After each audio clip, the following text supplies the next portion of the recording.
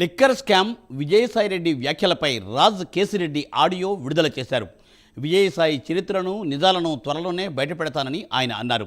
మార్చిలో సిట్ అధికారులు తన ఇంటికి వచ్చారని, తాను లేనప్పుడు తన తల్లికి నోటీసులు అందించారని తెలిపారు.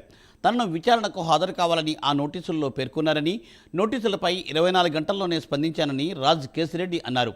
విచారణకు సహకరిస్తానని చెప్పానని తెలిపారు. తన ఈమెయిల్కు రెండవసారి నోటీసు ఇచ్చారని, వెంటనే లాయర్లను సంప్రదించానన్నారు కేసిరెడ్డి. ముందస్తు బెయిల్ కోసం కూడా పిటిషన్ వేశానని, సిట్ విచారణకు పూర్తిగా సహకరిస్తానని కేసిరెడ్డి తెలిపారు. తనను విచారణకు పిలిచి అరెస్ట్ చేసే అవకాశం ఉందని కేసిరెడ్డి అన్నారు. మీడియా మిత్రులకి నమస్కారం అండి. నా పేరు Kesireddy Rajasekhar Reddy. Last few days నుంచి మీడియాలో నా గురించి వస్తున్న మిస్ఇన్ఫర్మేషన్ గురించి అడ్రస్ చేయాలని చెప్పి ఈ వాయిస్ రికార్డింగ్ పంపిస్తున్నాను. లాస్ట్ వీక్ ఆఫ్ మార్చ్లో నేను లేని సమయంలో సిట్ అధికారులు మా ఇంటికి వచ్చి మా మదర్కి నోటీస్ ఇచ్చారు.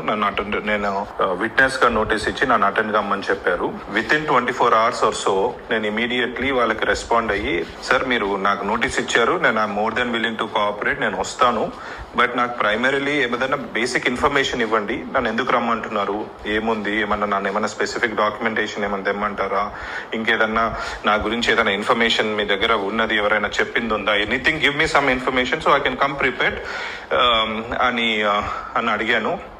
అది నేను పెట్టిన ఈమెయిల్ పెట్టిన తర్వాత ఇమీడియట్లీ సెకండ్ నోటీస్ మళ్ళీ సర్వ్ చేశారు వయా ఈమెయిల్ చేసి, ఆ ఈమెయిల్లోనే మళ్ళీ ఈరోజు ఇచ్చి నోటీసు రేపు అటెండ్ అవ్వండి అన్నట్టుగా ఇచ్చారు.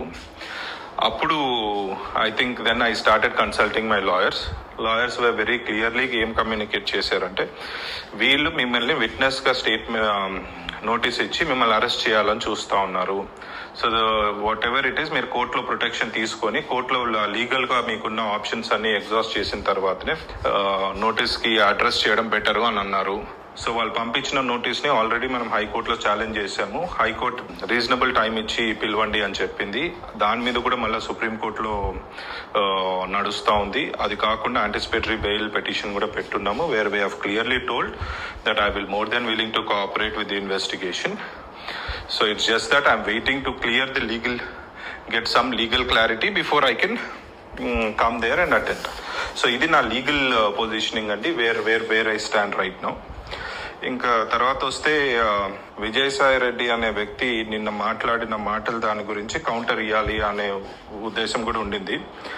But all I want to say right now, ఆ మనిషి ఒక బట్టెబాజ్ మనిషి.